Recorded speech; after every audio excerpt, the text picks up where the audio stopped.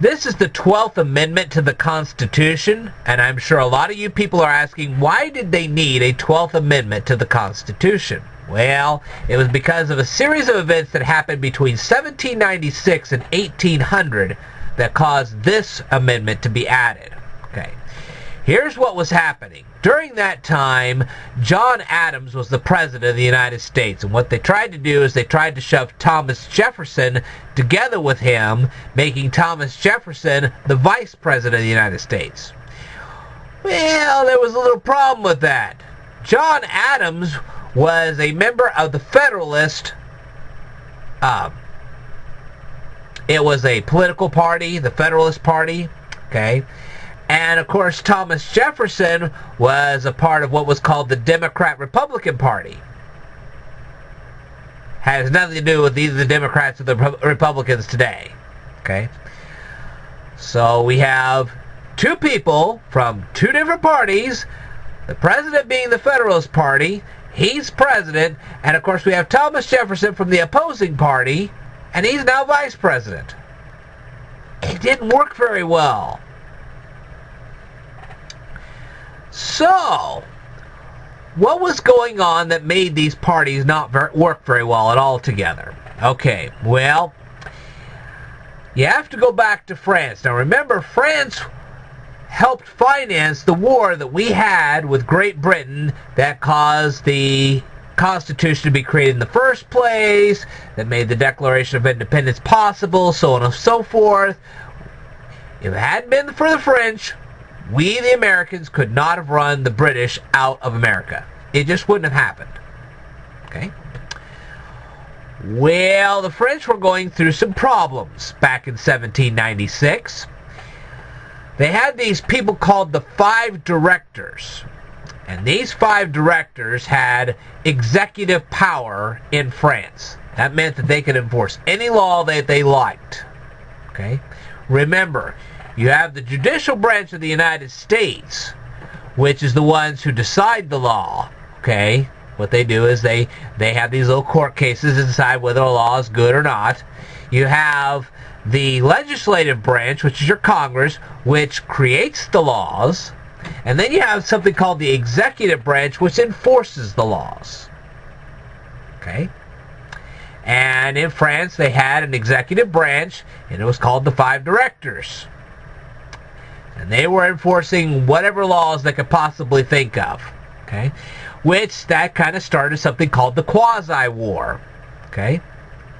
Now, the problem was that France was fighting wars in both Italy and Germany. And they were running out of money doing both of those. Okay? So, the French became upset when the United States made a formalized treaty with Great Britain called the Jay Treaty. And you can research this one yourself, okay? Well, with the French being ticked off about this, they started seizing American merchant ships in the Caribbean. Well, this disturbed John Adams. So John Adams dispatched 3 U.S. envoys. And they were playing representatives of the United States as they went to France. So here we got President John Adams. He sends 3 envoys to France to meet with the 5 directors. Okay? And they are supposed to meet with the Marquis de Talleyrand. And he's supposed to be the French foreign minister.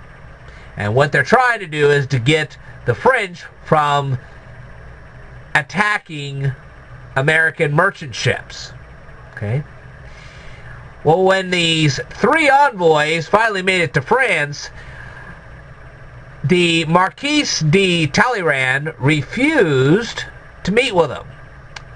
Instead, the Marquis de Talleyrand sent 4 intermediaries to meet with the 3 U.S. envoys. Well, you know, that kind of went over real well, don't you think?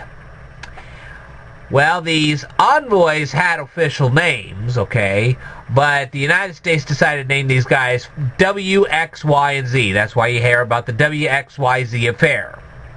because that's what this was all about.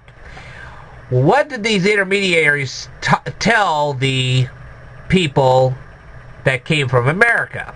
Well, here's what they said. Look, first of all, we want you guys, and this is the French talking, the French said, hey, you people from the United States, we want you to give us a low-interest loan.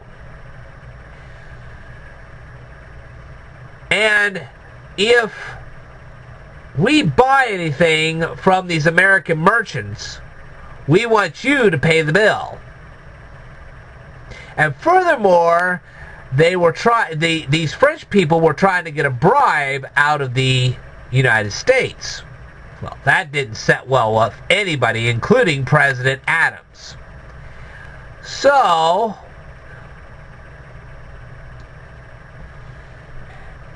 the thing was that the intermediaries said, look, if you don't comply with our demands, the French are going to go to war with the United States. Well, the Americans didn't like that either. Okay? So the U.S. envoy said, look, you can take your demands and shove it where the sun don't shine. French weren't too pleased about that. Alright, so the intermediaries went back to the Marquis de Talleyrand and said, look, these United States guys are refusing to meet with any of our demands. Well, the Marquis de Talleyrand decided to meet with these U.S. envoys himself. He said, alright, I tell you what, we'll scrap most of these demands. I have a few demands of my own, but I'm not going to demand all this stuff from you. Okay? But I can't guarantee that we'll stop attacking your American merchant ships.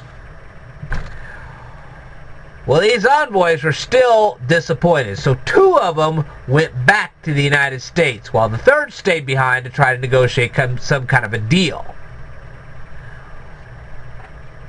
Well, when President Adams found out about what was going on in France, President Adams decided to do whatever he could to get Congress to declare war on France. Well, Congress just didn't want to declare war on France at the time, so it was denied. Okay? Well, this finally led to John Adams going desperate and creating the Alien and Sedition Acts. Now, the Alien Act pretty much worked like this. If you lived in the United States for 5 years, okay, and you weren't already a U.S. citizen, then finally you would become a U.S. citizen, and therefore you would have a right to vote in the United States. Well, John Adams changed that immediately and changed it from 5 years to 14 years. Say, hey, look, you got to live in the United States for 14 solid years before you have the right to vote here in the United States. That did not set well with a bunch of people, including Thomas Jefferson. But it got worse. Then they had the Sedition Act. And the Sedition Act basically went like this. If you complained about the government, guess what? You went to jail. Sound a little British to you? Yeah. And so, with these acts in place, it caused a great rift between President John Adams and Vice President Thomas Jefferson. And it got worse during the election of 1800. And you can research that one yourself. Well, finally, when it all came down to the cookies falling on the table, alright, the United States Congress decided to enact the 12th Amendment. Now, here's how it worked.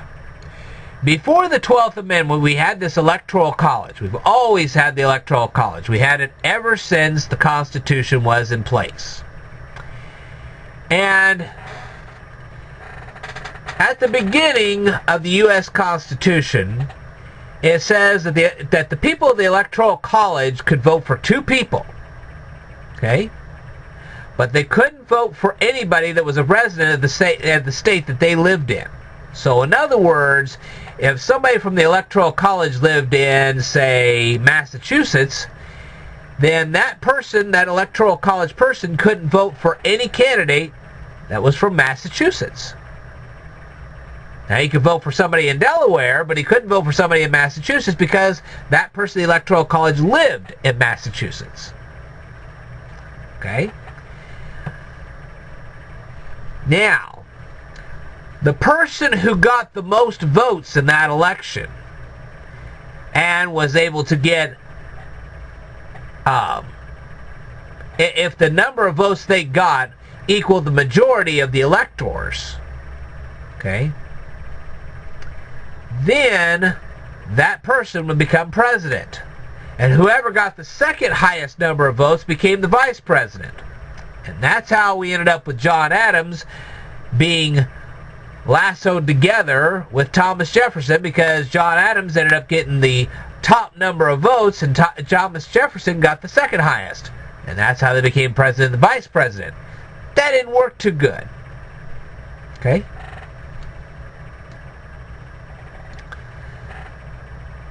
Now then, you have to keep in mind that if two candidates got the same number of votes and they both exceeded the majority of the electoral college, then the House of Representatives decided who was going to be president.